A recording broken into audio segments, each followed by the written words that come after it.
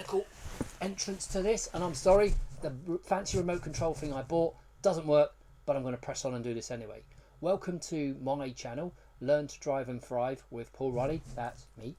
This is a channel for anyone that's learning to drive, maybe anyone that's passed a test, trainee driving instructors, and even those that have qualified in driving instruction. It's somewhere where you might learn something new. It's somewhere where you may be reminded of something you once knew. You may find a new way or a new method in terms of how you do things, and it gets you thinking in a different way.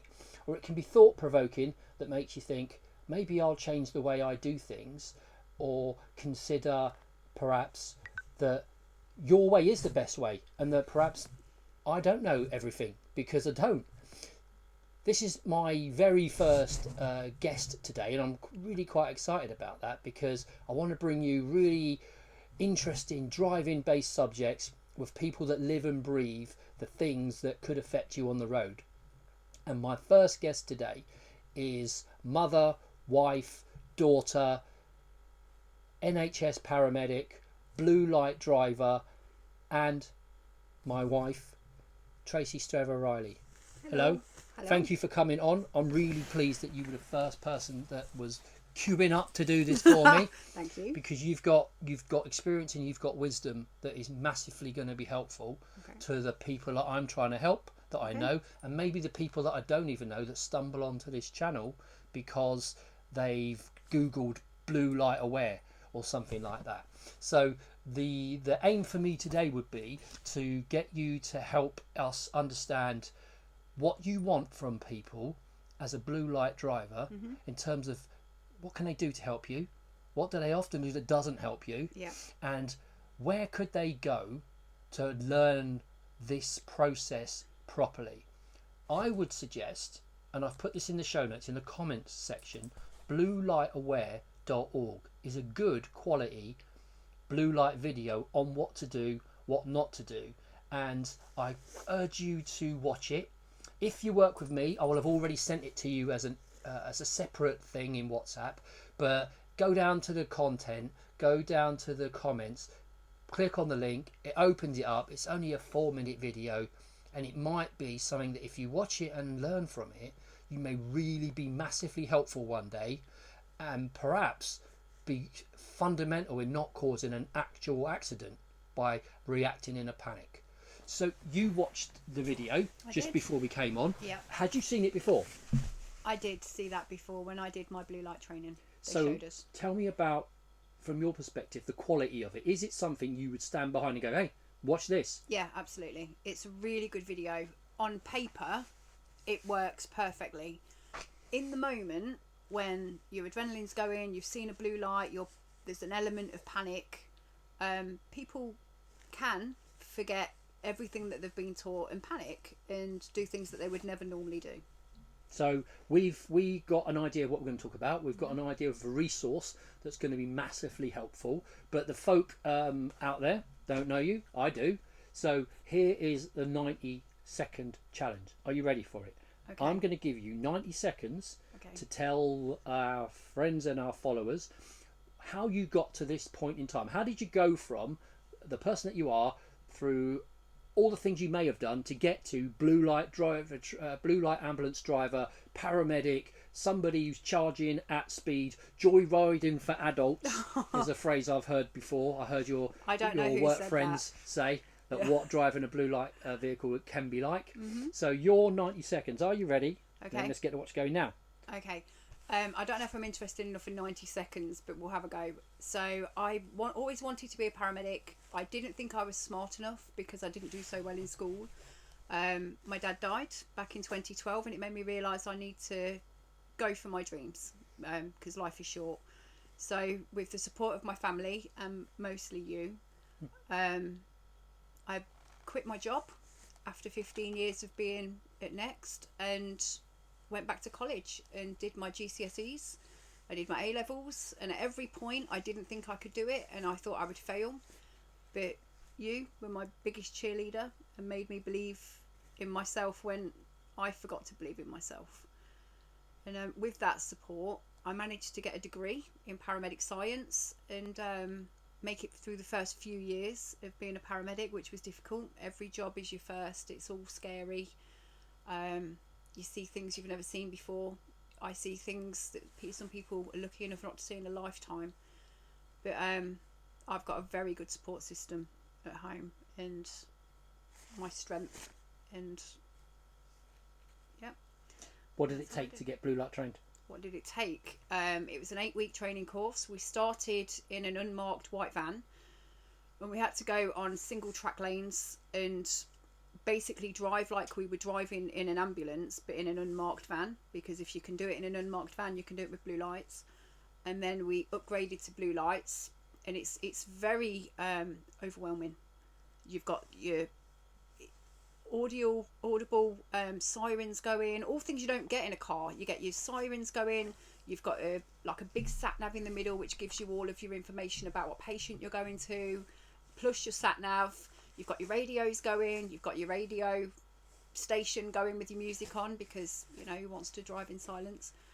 You've got your crewmate. You've got to look everywhere, and it was very overwhelming. Then we did a night drive, and the blue lights look completely different at night, so everything reflects back at you. So all of the driving signs, the road signs, I should know this because my husband's a driving instructor. Signs on the side of the road, they're called road signs. Yeah. Oh, all right, road signs. They reflect back at you. So obviously you can see them at night because your lights shine on them, but when you've got blue lights on it, it's a different ball game altogether. Driving in the snow, so when it snows, it's like a scene out of Star Wars where they go into warp speed. You just can't see anything because the snow's coming at you. And owls follow us at night. I've done way past 90 seconds, haven't I? How have I managed to talk about myself for 90 seconds? I'm impressed. 4 seconds more, come on. Oh, okay. Oh, I don't know, I'm under pressure, I can't do it now. Perfect. So it's 3 minutes. Three minutes? See? Wow. But a number of how many, we won't give away how many years, but Thanks. some decades Yeah. in 3 minutes. Okay.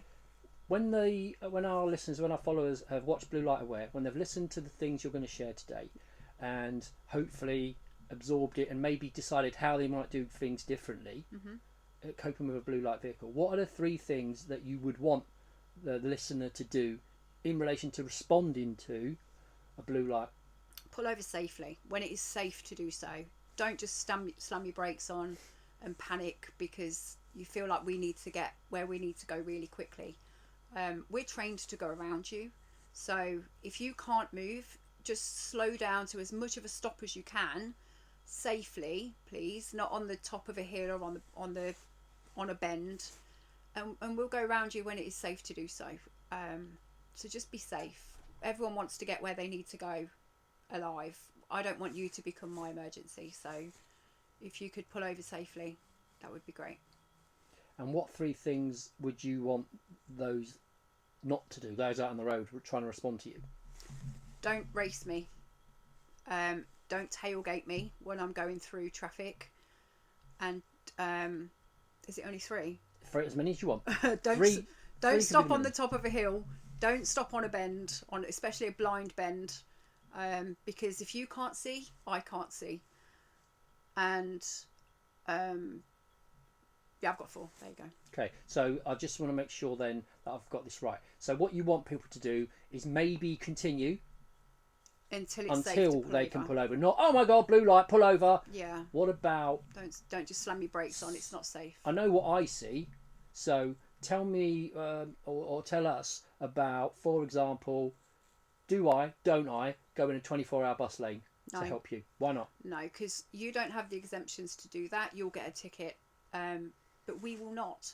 So if there's a bus lane, let us take the bus lane. Even if there's a bus in it, we're trained to go around you. So slow down if you can, or just pull out of the way. But we'll use the bus lane if it's free. So could it be that, let's take a country road, twisty, turny. It might be that I may have to drive for 2 or 3 miles to find a straight bit and a bit where I can see ahead and behind. Yep. And that I shouldn't just jam on, oh my God, I've kept you waiting 40 seconds already. Let's just park up here and need a second ambulance when the crash happens. Yeah, no, don't worry about that. If you've got to travel 3 or 4 miles down the road to find a safe place for you to pull in, then do that. If you're really panicking, just slow down about 5 miles an hour if you can, and we will go round you. But yeah, just as long as it's safe. It's got to be safe for you to be safe for us. Can I go through a red traffic light to let you through? No. Why not? Because red is stop for you. Red is give way for me, which means even I have to yield. So that's why you'll see ambulances slow right down at a red light, because we have to give way to oncoming traffic. A red light is a give way for an ambulance. It is an absolute stop for you guys. So don't go through it. If there's a red light camera and you get flashed, you'll get a ticket, and that's not okay. So no one wants that added expense. What if you're coming through on red and I've got green? What do I do then? Slow down and let us go if you can, but it's my responsibility to yield because it's my give way. I have to give way to you. So if you have not seen me and you're ploughing through on green, technically you have got right of way, so it's my job to yield. So try and stop if you can, but if you can't, it's my job to make sure I've seen you. Can I tell a story about a time when I was on a lesson teaching somebody at a reasonable standard on a green light? My right of way, you'll go is safe through an intersection, and here comes an ambulance from the right coming down the road at some speed. Can I tell that story? Yeah, go on then. So there's two tales to this story. There's always two sides, isn't there? So there's the side in my car. So we're driving, and my client's at the wheel. They're doing an okay job today. They're a nervous person, so I have to always be mindful of that. So I've heard this ambulance coming a while before she has, and I know which way it's coming from. So I'm thinking, okay, as we get up to the intersection, what's she going to do? She's going to push through on green anyway, which is what I wouldn't want her to do. I would want her to come to a slow and steady stop at the stop line, not cross the stop line, even on green, a bit like you would if the intersection was jammed up and you couldn't finish your turn. Let the vehicle pass and on we go. So the conversation we're having in the car is, what can you hear? And then eventually she cottons on, what are we going to do? And then she goes to go through the intersection, and I have to say, okay, look, wait at the line, check mirror, wait at the line, let's let them through. So that's the conversation in the car. What I understand, allegedly, can't be proven, I'm told, from the ambulance, somebody else was driving the ambulance, not you, right? No, it wasn't. And the conversation went something like this. Allegedly. They're charging down the intersection, and they know that they're on red, they know that we're on green, and the person driving the ambulance says something along the lines of, I bet that beep pulls out in front of us. Allegedly. And you said, You better not, because that's my husband's driving instructor. true story.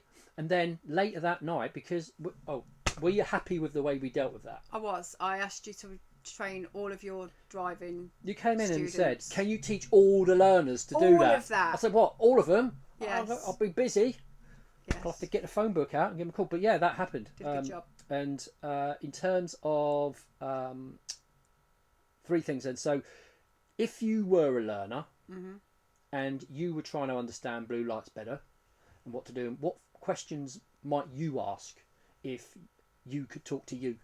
If I could talk to me, okay. So I used to panic when I used to see a blue light ambulance. I used to be the first one to slam my brakes on and do all the things that I've asked everyone not to do. But I didn't understand our rules compared to your rules. I mean, our road rules are the same, but we've got a couple of exemptions. So we can go through on red lights, and we class that as a give way. We can cross a solid white line if a vehicle is travelling less than 5 miles an hour. We can go on the chevrons. We can go the wrong way round a keep left or keep right. So you might notice that sometimes an ambulance will go on the opposite side of the road and through the traffic lights on the opposite side. That is one of our exemptions. So let's paint a picture then. There is, let's say there's 2 lanes on approach to a traffic light. Their light becomes green. You could overtake on the wrong side of the road on purpose, proceed into their lane, the intersection, Yep. then turn left and go across the front of me to access the road to my left. Yes. So another reason why I shouldn't push through on a green light. No, because I can go in any direction. You're just not quite sure where I'm going. Like a queen on a chessboard. Yeah. You could take your ambulance in any direction in the name of going left from a right position, right from a left position. To a degree. We can't go the wrong way round a roundabout. We shouldn't go the wrong way down a one-way street, although if we've got police there directing, then that happens occasionally. We've got a lot of exemptions which stand the same as everybody else's, but we have got a few that we can do. I guess what people might want to know, but do you get speeding tickets? Not on blue lights. You've got to be on a job. I've got to be on a job, yeah. If I can get a speeding ticket if I'm not on blue lights and I hit a camera, it's my personal ticket. Right. So that comes back to me, not to the trust. So that's massively helpful, because when I was learning to drive, I didn't know any of that, and I've learned a lot of it when I learned to teach. But I was always mindful anyway. I had a sense or something, but I would never climb the pavement and to let an ambulance pass. I see others do it. I would never go over the stop line. I would never, put the. Oh, hello.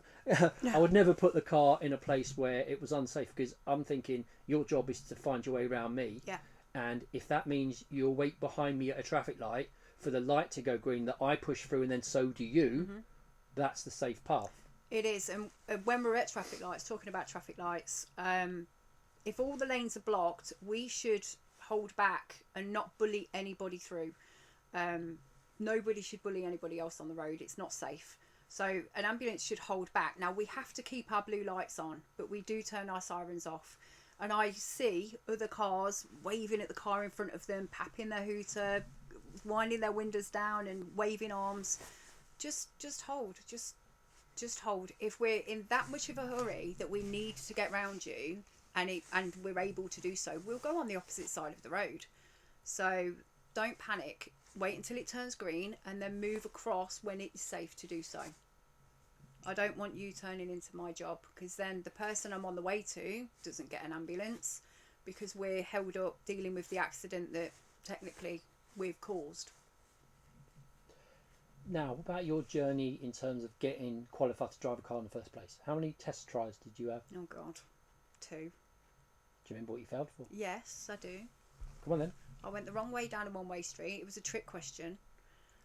Told me to turn left at the next available left, and I was nervous and I just turned left, and I was halfway down the one-way street when I realised what I'd done. And the second one is there was a bike. It came out of nowhere, and allegedly, like out of Narnia, yeah. Allegedly, I hadn't left them enough room. Fair enough. Do you remember how many lessons you might have had? Oh God, loads. A year's worth, 2 years worth, 100 hours? Do you have any feel for what it might have been? Probably a year and a half. Okay. I had a gap in between where I had a child, so. Do you remember how many instructors you had? 1. Through all the tests? Yes. So you passed on test number 3? No, I had 2. Okay. I had 2. The very first one I had, I think it was a well-known driving company, and wasn't very good. So I went with an independent, and he was ever so good, and I stuck with him.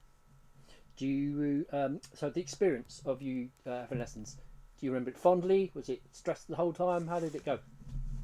There were stressful moments. One lesson I was like, I've got this, I've nailed it, I'm test ready, and then the week after I'd make a mistake and I'd think, I'm never going to do this is awful. So it's an up and down road. You feel like you've got it, and then you learn another skill, and all of a sudden you just don't think you've got it again. So, but overall I remember it fondly. Now I'm obviously married to a driving instructor. I realise my driving instructor did some strange things, like he was on his phone a lot, and we'd pick up we used to pick up the next student piggybacking in my car. Yeah.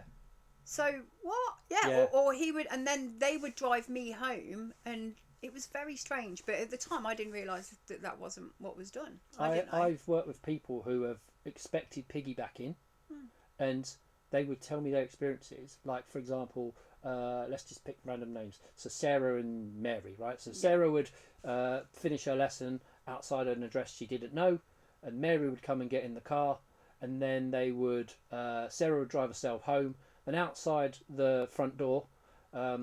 So then, how was your lesson? Blah, blah, blah, blah, blah. And then she turned to the other person. What did you think of her driving? What did you think to the driving? I had that. For a stranger. I know, it was so intimidating. Absolutely. I actually had to drive him home once, my driving instructor, and he lived like out in the sticks.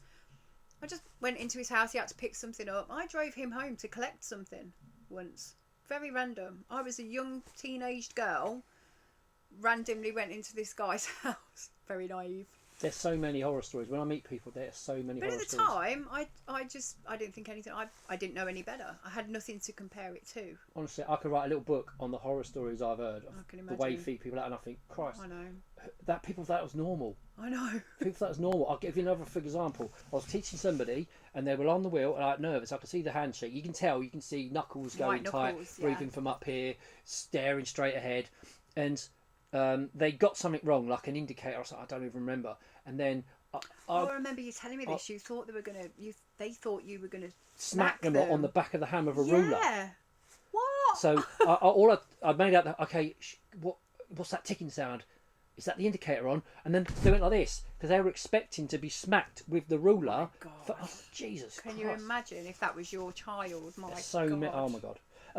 So you've taken 3 tests, 2 instructors. What is there one thing you remember your instructor saying? Did he have a phrase or a saying that went and stayed? Yeah. Go on. He had a few, but the one that stuck with me more after I started driving rather than during the lessons was don't trust your life to a light bulb. And now I go through lights on red, it makes a lot more sense to me because that is just a light bulb at the end of the day, and I'm putting my life in the hands of a light bulb. It makes no sense. So that stuck with me. Don't put your life in the light bulb. I had a number of instructors. 2. No, technically 3. One was horrendous. Turned up, independent, didn't... Oh, it's just... When I think of all the things that you should do in a lesson, now I know, like, oh my God. He read the book on how not to teach somebody. Okay. And one was enough. And then I went with a company that's relatively famous nationwide. And the first guy was okay. He was a good guy. And he was ill and he had some sort of surgery or I don't know, whatever. And the upside of a national can be, and it was, that everybody then had the same car. So this company had Rover Metros in 1994. No, 1991. So that was the only car you got. So if whether Bob came or Dave came, you either got a blue or a red Metro, but it was a Metro. So for that, I was thankful. But the second guy who was covering he called me out and he said, "Oh, you know, what experience have you had and whatever?" And I told him, he goes, "Right, come here. Well, I want you to see something." And I was like, "Okay." So he opened the boot of the car. Now, I was expecting some sort of where does the tyre go, or he tried to sell me trainers out the back of his car. He had like packs of trainers. What size foot are you? And I was thinking it was about the pedals. And then for a moment I was like, he's going to give me a pair of shoes. I've got to wear some driving shoes. And he tried to sell me trainers. Did you buy any? No. Were they nice? No. Okay. But I remember lessons were expensive then. When I know the prices some people want to pay now. Expensive? For then, it's like 20 quid an hour 35 years ago. Yeah, but that was London. I paid like 15 quid an hour. And yeah. Not so long ago, before COVID, people were charging 25 quid an hour. No. Up here. Really? Yeah. And yet it only ever got more expensive. So the car you learned to drive in, do you remember what it was? Oh, well, I didn't tell you. Walter Jones was my driving instructor, and I liked the guy. And what I used to do was I would look at what we call a meeting situation. So only width for one car. Cars parked on one side or the other. Usually it's my side where the cars are. So when you've got cars on your side of the road and there's none on the other, parked up, you should give to the other side because you're using their half of the road to get through the gap. So you should hold back and wait. And I used to look up the road and go, I'll get there before he gets there. I can make it. And then and he'd say to me, stop accelerating into trouble. And I remember that now. Stop accelerating into trouble. And even so, I probably use those words, or I kind of I flex them slightly, but It I doesn't remember. get you any further though. I mean, you see these people that drive really stressfully, you know, on the motorway, and they're gunning it and they're weaving in and out, and they don't get much further than anybody else. How stressful is that? Do you remember what car you learned to drive in? Black one. Interesting. I learned in a Rover Metro, and then I went and bought one. So there is definitely there's a mental relationship between the car you pass in and then you going and getting one. It's not uncommon. I've taught in a number of cars and people have gone and bought, albeit a little bit older than the one I've got, but people have gone and bought a Kia because they're fond of it and they know where all the controls are and everything. So I should get commission. Are we sponsored by Kia? We should be, for the amount of money I spend in that garage. What else do I need to ask you? How is driving different now to your day? I know it sounds like you sound ancient when I say it, but it's definitely changed. It's definitely changed since I learned to drive. So many more cars on the road, and cars are more computers now than they are actual cars. When I first started driving, I had to really drive my car. When you turned that wheel, there was no power steering and ABS braking. We had to drive. But now the cars are so smart, they're practically driving themselves. Do you ever drive a car with a choke? Oh, I did, yes. No one knows what that word means I had nowadays. to pull the thing out and pray. If you said to someone, you have to, you try and explain what it does, but you got to set the engine. I don't know what it does. It was a thing that you pulled out and you hoped that the car started. So it changed the amount of air that went in there to allow it to run faster on purpose till it got warm, and then you turned it off again. Because if you left it on the whole time, you'd be getting free petrol. But if I say to somebody now on their power steering, you have to park without power steering, it was like a workout. It was. They wouldn't believe me. You had to hurt your arms. And you had to wind the windows down. There was no button. No. You had to actually wind. That's why we say wind the windows down, because you literally had to wind them. And if you go really back in time, people say wing mirrors. Mirrors aren't on wings no more. Wing is a front near up there where the wheel is. That's your decade. Door babe. mirrors. Not Door mine. mirrors. That's your decade, not mine. Think about a learner and their journey that they're on. Yeah. What three bits of advice would you give them for the journey that they're on to get to test standard and be really good and safe forever? Don't give up. No matter how hard it gets, don't give up. And even when you've passed your test, keep revising, keep learning, keep moving forward. When I had to go back and do my blue light training, I'd not opened the highway code for 20 years, because why would I? It's not a book that someone sits there and reads for fun.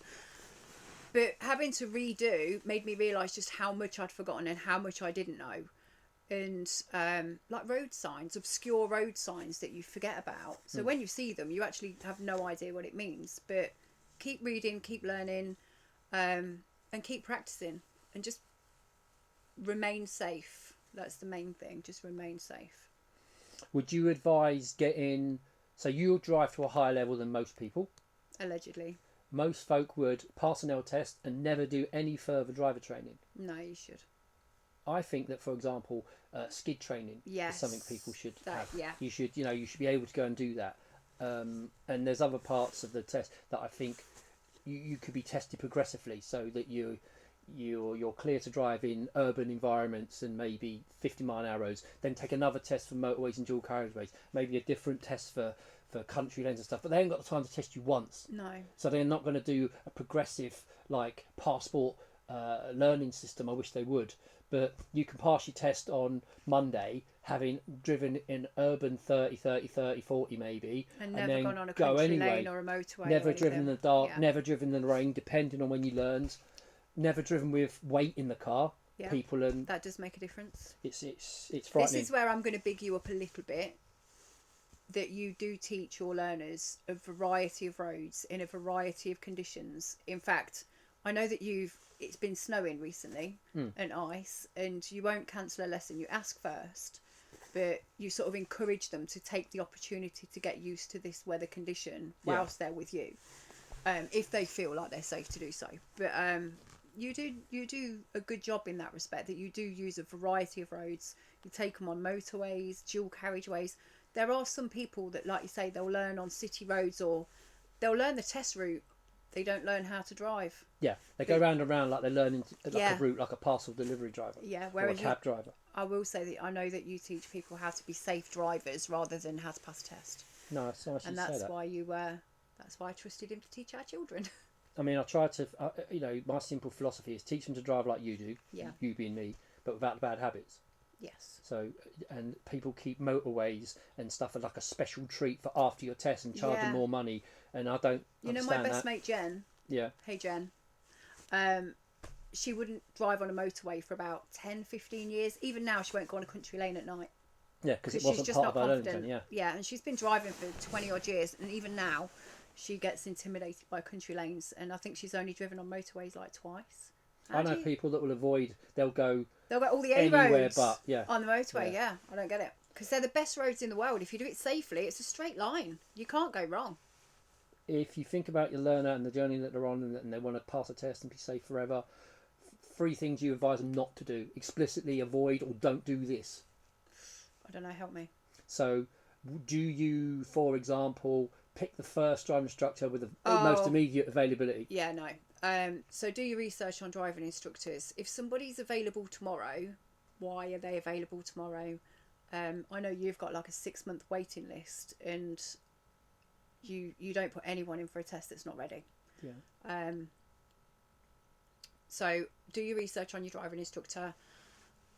And So you spoke about people with weird experiences. Yeah. So what if you have an experience and you think, I think this is strange. Is this normal? no, speak up. Always speak up. But you don't know what you don't know. But if something feels wrong, it probably is wrong.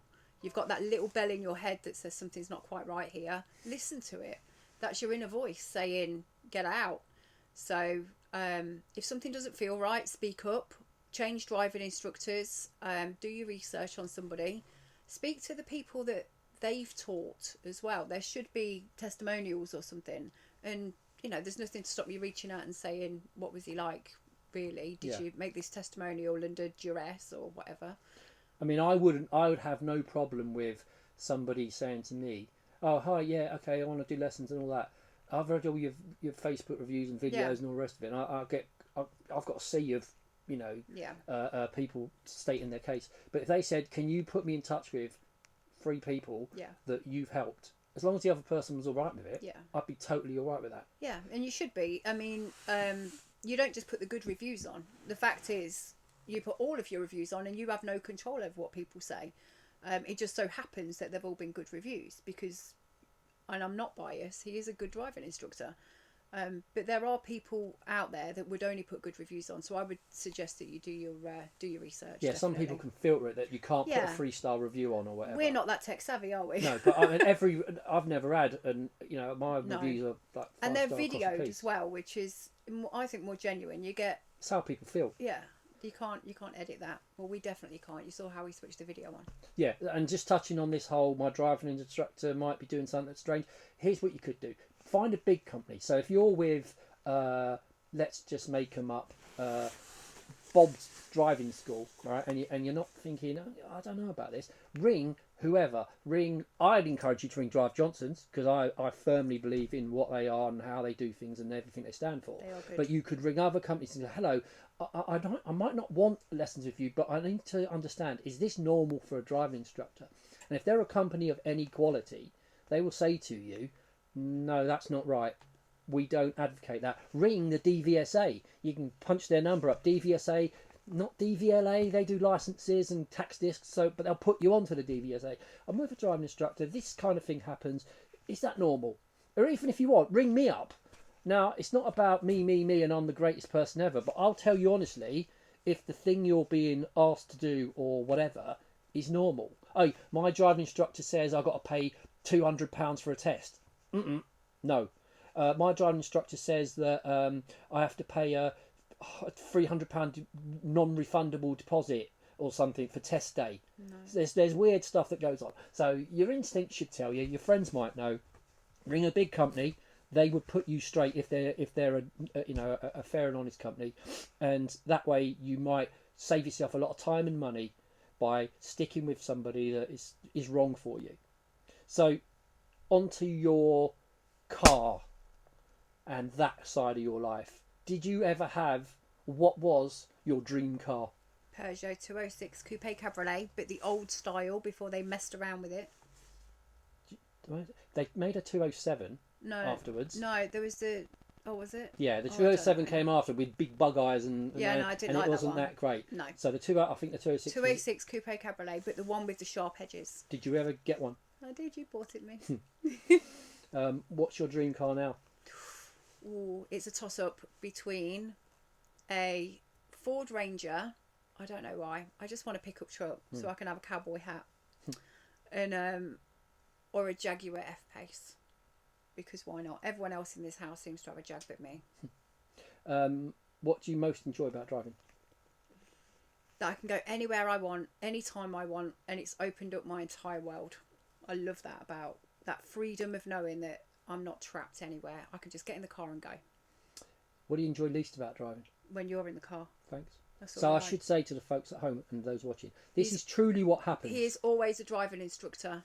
So if we're driving, it doesn't matter who's driving. If I'm in the car, if my kid's driving, if my driving instructor friends are driving, if I don't know, bloody Lewis Hamilton was driving, I've just got this thing where I will look shoulder left, shoulder right, over, check mirror. I just do because it's what I do, and I need to be wired in. So when I do that, and I don't say anything, I'm just looking like. Oh, really? So what happens then? Oh, you cut that corner. Did you mean to cut that corner? All right, maybe. But Do we what indicate happens it, when? Liz? Do we indicate okay, it? but what happens when I'm just spying side roads or checking It roundabouts? drives me insane. What happens? What ends up happening? Stop the car, make you get out and get in the back. I get chauffeured around. He does. Straight up, honest to God. And so it's nice sometimes, you know. It's like this way, please, And then he driver. becomes a backseat driver.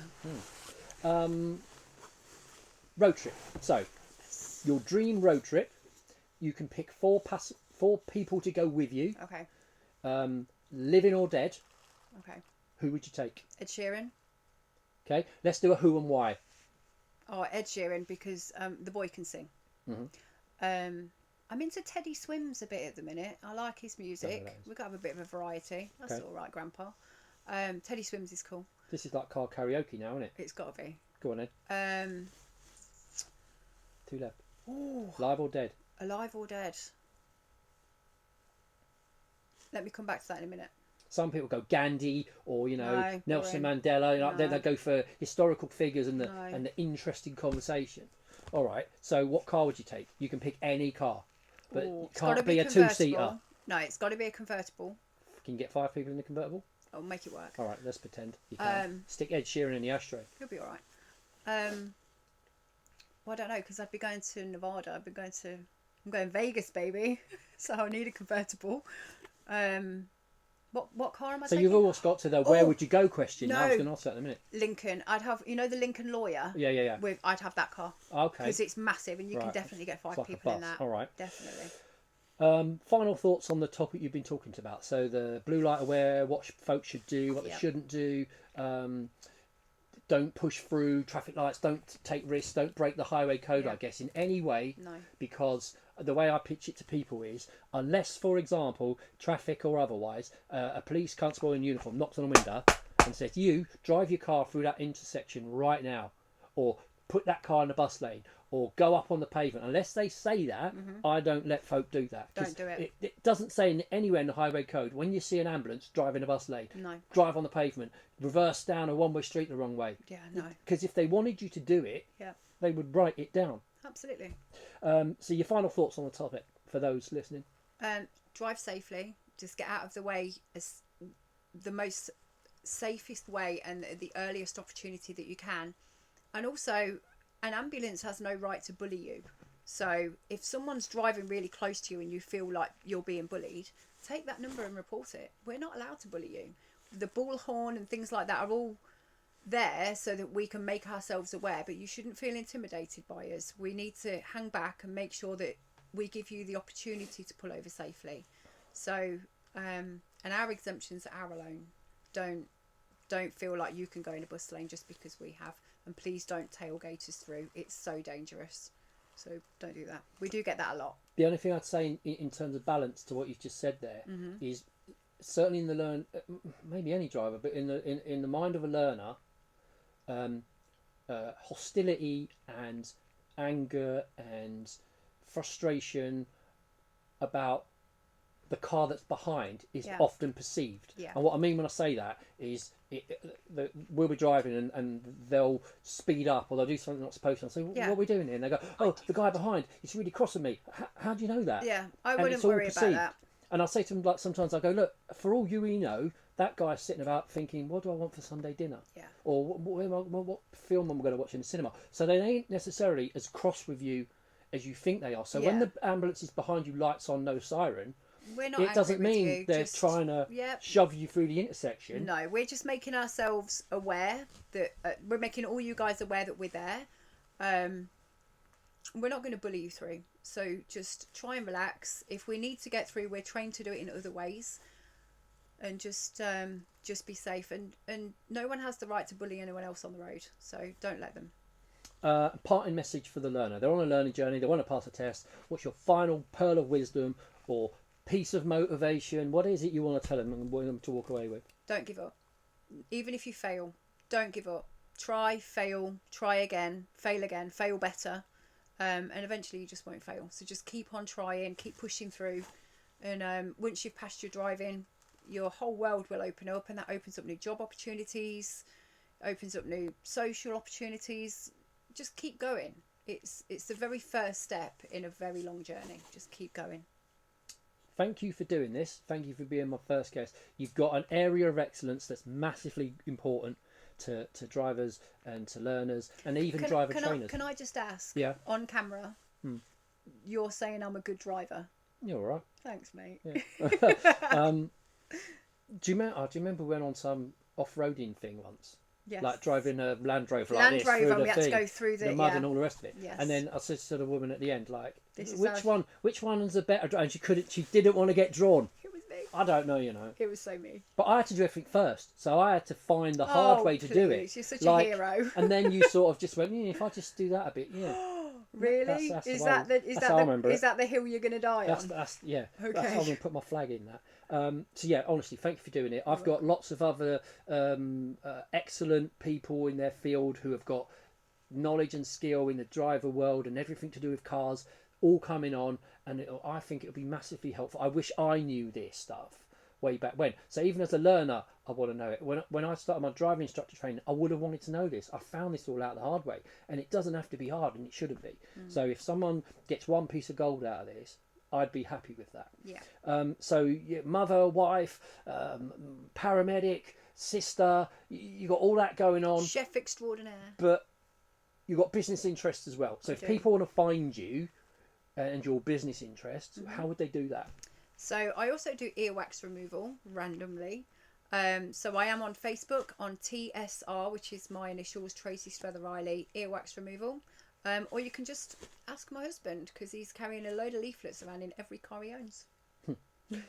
Thank you for logging in. Thank you for stumbling onto the channel. Thank you for watching this to the end. It means a massive amount to me that you've taken the time to come on board and learn something new. If you've got any kind of questions, you've got any kind of suggestions about topics that might be helpful to you, drop me a message. The contact details are on the show notes in the comments file. I appreciate you working with me, because you got lots of choices out there. I know you have, and I'm as committed to you being successful as I hope you are. I'll work every bit as hard at this as you will. 24 hours a day. If I don't know you and I can be helpful to you in some way, then get in touch. I might not have the answer. Listen, my way is not always the best way. My way is not the only way. But what I've done, what I've learned to do, it works. And I get good success. And for those reasons, I feel like I've got something to share with the driving masses. And I've got people that are excellent at what they do, and they might tell you something as well. So when it comes to this driving learning journey, then don't give up. You can do this. You just have to keep going past the point where you think you can't. Try any harder, and then it's up the hill and then it's back down the hill. It then becomes easier. So never give up. Thank you for watching. I will see you on the next one. And now I've got to do the non-tactical, turn it off bit. So I will finish as I started. Boom. Oh.